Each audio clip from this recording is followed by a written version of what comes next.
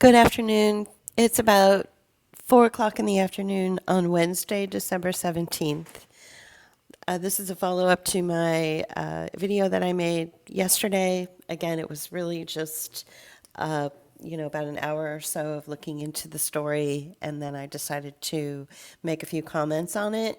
I think it's hard for people to reconcile what happened, uh, and also to go a little bit beyond and a little bit deeper. We can only go so far as where we allow ourselves to go regarding this story. Uh, on the surface, it looks as though a very troubled young man who caused his family a lot of pain and had no remorse or regrets for any of the pain that he caused his family during his addictions and his, various episodes. It it looks as though, he is the villain, and he is the person that we are all supposed to, uh, throw throw things at and say, this is the person that deserves everything he gets. And I want to move away from that kind of language, and I want to move away from those thoughts, and remind you that good parents are never murdered by their children, for one. And second, I'm sort of in the camp with JP and a few other people that are having a really hard time believing that this 32-year-old with a history of drug addiction and being scapegoated by the family actually committed the murder. I mean, the the the murders were, first of all, it's a double homicide.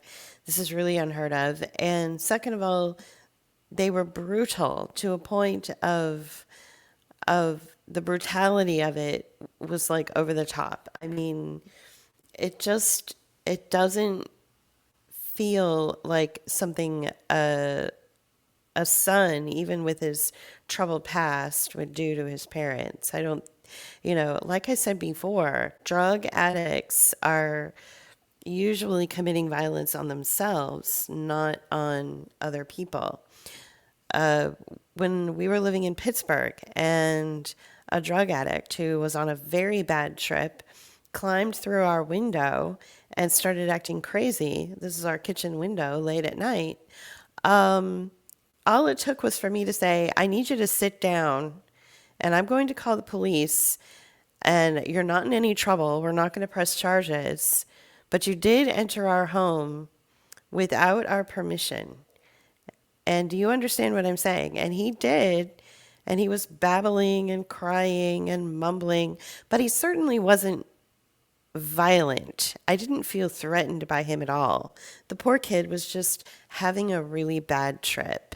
And, recently a next door neighbor's son came over to apologize to me and JP. He sat down with us in our music room and he said, I'm really sorry that this is, a different neighbor, different story, different town.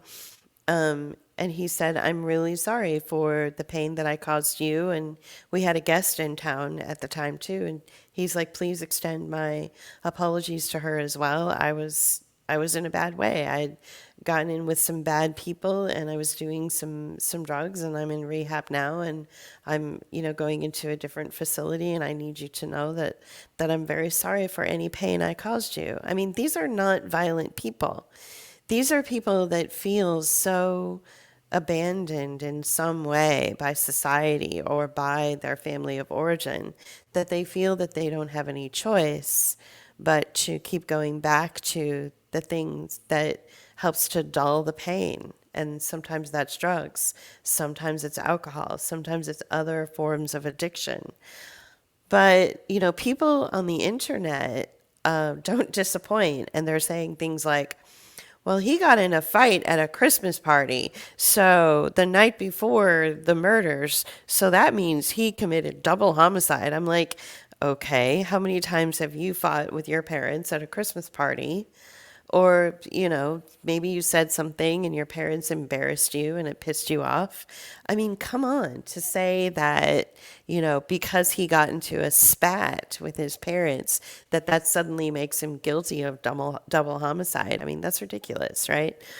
So we have to look at the core reasons why he felt he had no choice but to go to drugs.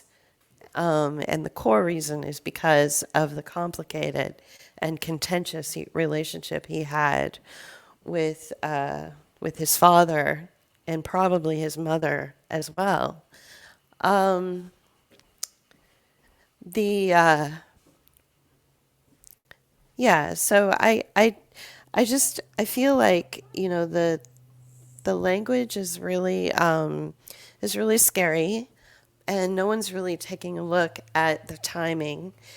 This story comes out about 3 weeks after Oprah Winfrey does her no contact episode over the Thanksgiving holiday. And if there is a case for going no contact with your family, I mean, this Nick Reiner story would be the absolute case to support the idea of no contact. If Nick Reiner had been able to tap into the network of individuals that spoke about narcissistic family abuse and spoke clearly about the golden child and the enabling child, and this all and all of the different characteristics that come in this sort of trifecta of dysfunction, I think that he would have been able to find his people and would have been encouraged and supported to go no contact. And he could have leveraged his name, and this could have been a completely different outcome.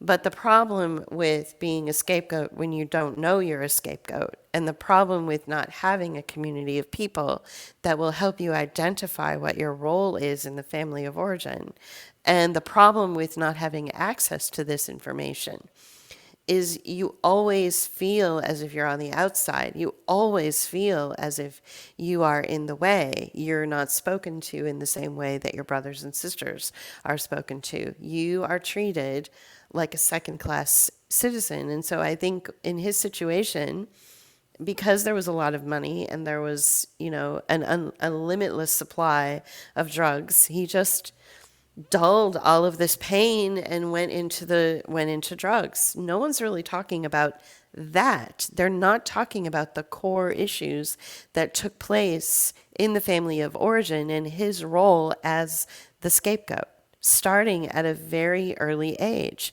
like 13 years old, 14 years old, something like that. And if he had been able to, maybe just turn on a YouTube video. This is how I learned about, this really dysfunctional triad of the where the family places you. I call it a trifecta or a triad because there's usually three. There's like, the narcissist, the scapegoat, and then the golden child, and these roles like interchange. And so I think if he had just had an opportunity to research these, this phenomenon early on, he probably would have gone into a completely different path. He would have gone no contact with his family.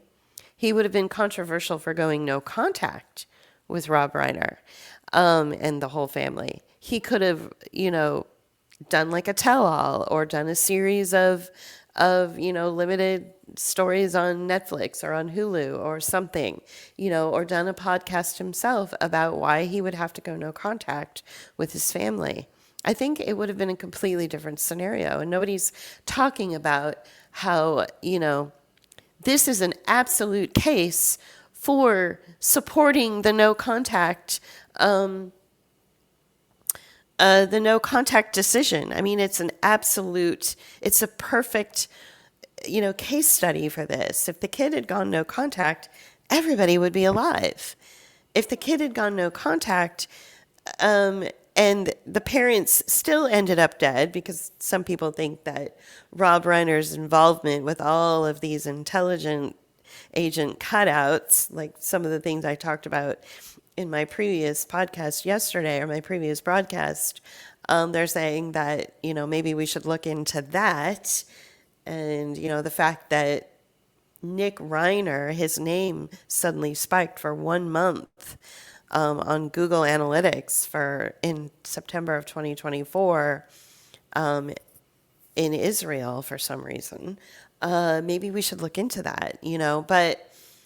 But what I'm saying is that if the Reiners had ended up dead, Nick would have had like a full and successful life on his own. He could have leveraged his name because he's a Reiner, so he could leverage that, and he could have found his audience. He would have had the support of just about of all of the millions of individuals out there that have gone no contact with their family. He would have had their support. They would have had somebody, kind of famous on their side. Like he could have gone a completely different way, so that if and when the Reiners ended up sliced and diced in their bed, he would have not even been on the radar. Like it wouldn't have even, he'd been like, nope, I was at an event. I'm no contact, sorry, don't know what to say about this. Just don't, I washed my hands of this family years ago. But instead, he's, used as a patsy, used as a scapegoat. You've got the entire internet saying that because he and his dad got in a fight, that suddenly it makes him, capable of double murder. Come on. This kind of language is really insane, when really the conversation should be geared towards, hey, look, this is a perfect case study for supporting the no contact decision. Like, this is why people go no contact. This is exactly why. If you don't go no contact, then you end up falling into drugs. And if you're somebody falling into drugs or to dull the pain or ameliorate the pain that of your existence, and your parents happen to be cutouts and assets for the intelligence community of the United States government, you're probably going to end up being a patsy.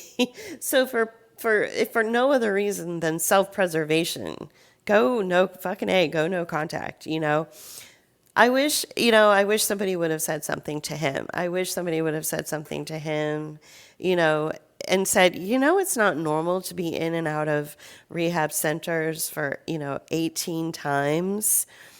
Why don't you come over here and let's talk about your family of origin, how they treat you. Let's go deep. Let's go no contact. And let's get away from these experimental facilities that use these experimental treatments to try to change your brain, to try to change your neural pathways. There's something going on here that is not right. Like, it's immoral, it's unethical, and no good will come of this. There is no treatment for you. The only treatment is to go no contact. And a lot of people, who had fallen into homelessness and drug addiction, because of the pain that they experienced of being, from being a scapegoat or being labeled the black sheep of the family or being labeled the problem child. Once they realize that they get to the core issue of why they fell into drug addiction or homelessness, they get out of it. I mean, in just about every case where the individual says, yeah, I got into drug addiction because I couldn't deal with the bullshit from the family of origin. I was tired of being the black sheep. I was tired of being treated with disrespect. And I found a community that didn't treat me with disrespect, and they happen to do a bunch of drugs. And so once you get to the core issue, a lot of people just walk away. They just walk away from their addictions once they realize that it's kind of not their fault. And they make that choice to go, I'm going to get off the addiction, get out of the addiction, and I'm going to walk away from the pain, and I'm going to walk away from the individuals that continue to make me participate in my own oppression. Because that's what being in a relationship with a family that wants to designate you as a scapegoat, or wants to hurt you or lie about you or go behind your back or try to embarrass you or set you up to fail. That's what they're doing. They're saying, well, you're our family. You're the only person that we've got, and we're the only person that you've got. So we need you here so that we can continue to abuse you this way, though, so that we can continue to scapegoat you. And once you say, well, fuck that, I'm going no contact, then you just walk away from all of the addiction entrapment scenarios that come with that pain, right? So, there is no doubt in my mind that, like I said before, Reiner was the kind of person, the kind of asset, the kind of cutout that wanted to be everything for everyone, everywhere, all at once, right? So he was going to be like, the dude for Obama, and then he was going to be like the dude for Clapper, and then he was going to be the dude for, undercutting Russia, and he was going to be like the hero of every hour, all the hours, right? And all that tells me is that he didn't really know who he was. And that leaves the children very unsure of who they are. There is a video clip of his daughter, like, giving him a haircut and going, my career hasn't taken off, and, look how old I am, and my career still hasn't taken off, and I don't know what's going on, and I don't know how to make this work. And, he's like, yeah, well, that your career hasn't taken off, and that's not good, And it's like, dude, it's because he doesn't know who he is, and she doesn't know who she is. You see what I'm saying? So I'm not saying that all of this leads to double homicide. That's not what I'm saying. What I'm saying is that there was some serious discrepancies and dysfunction in the family of origin. And, the internet wants to go to the most salacious places. Oh, he must have been abused or raped or passed around and, on the Epstein Express or something like that. No, he was the scapegoat. Let's keep it simple. He was the scapegoat. And as the scapegoat, it is his job to be villainized, to be accused of things, to be misunderstood, to have his words used against him, to be used and abused and then turned around and lifted up and love bombed. One day he's love bombed and the next day he's torn down. So that's what scapegoats are for. It's like, in ancient times, they would take a goat, put it out in the middle of a circle, tie it up, and hurl all of their, misdeeds that they've ever committed against each other, hurl it to the goat so that the goat, would be the symbol of all of their sins. Well, that's what scapegoats in the family of origin are, and there is one in every family. That's why, like, what was that absurd percentage of individuals that don't have a relationship with their family? 65% of the United States doesn't have a relationship with their family. That's because 65% are scapegoats, and they're just walking away, and they're just tired of being lied to. They're tired of being, the butt of everyone's criticism, right? They're just over it. And many of them do go to drugs, and many of them do go down, a dark path and end up killing themselves. It is more likely that in his situation, he was ready to commit suicide rather than double homicide. So this is, not, these conversations are not happening where we're talking about the family of origin, where we're talking about what really happened. I'm sure he's got like a team of lawyers that are ready to gin up the most salacious origin story. But I think the reality of it is you're dealing with Rob Reiner, who seemed to be a narcissist. The mother was probably an enabler. And then he had three siblings who were all golden children. And one of them was Hollywood royalty. And, she basically was just like born and everything was handed to her. So, you can't compete with that. You're in the shadow of all of this, you know, all of this popularity and all of this, success, and you're just in the shadow of it. And it makes an impossible life. I think people are getting it wrong. People need to get away from the salacious stories about, abuse and things like that and being passed around. Get away from that. Stop, romanticizing these parents who were like, oh, we did so much for him and he was, still a terrible person. No, every time they felt that he was a problem, they just threw him away. And he should have taken the hint. If they're not going to talk to you and all they're going to do is throw you away, then take the hint and it's time to go no contact. It's time to go, cut out the drugs and cut them out of your life completely and start over and write your own story. Many people who have gone no contact are writing the most amazing stories. They're telling the most incredible stories. And they're typically tell all, like, you know what? Fuck it. I'm going to just spill the beans. I am going to tell everything that happened in my family of origin, which is everything that led up to me needing to go no contact. These stories are insane, and I guarantee you he has the same story. And I wish somebody would have just taken him aside and said, guess what? 65% of the population in this country is with you. Leave now. Leave this relationship now, and you will find book deals, and you will find podcasts, and you will have yourself millions of followers on TikTok and Instagram and YouTube. You will be your own sensation in your own right for going no contact with these assholes that just wanted to scapegoat you and then throw you away. And these narcissists that tried so hard to make themselves look like the perfect parent while they continue to scapegoat and throw you away. I wish somebody would have intervened and said there is a better way. But no one did that. And even if someone had tried, it may have been difficult for him to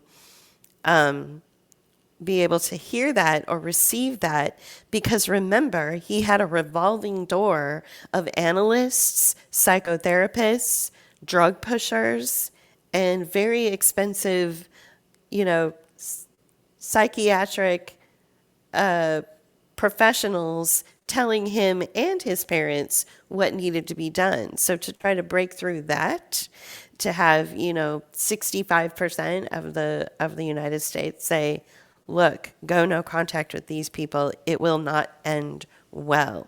To try to break through this continued cycle of abuse and this continued cycle of using him as the cash cow would be very difficult. It's hard when you're in the middle of it to hear the truth.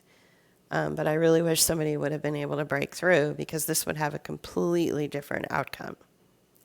And that's what we should focus on, is how this story is a perfect reason why adult children of narcissistic parents should go no contact.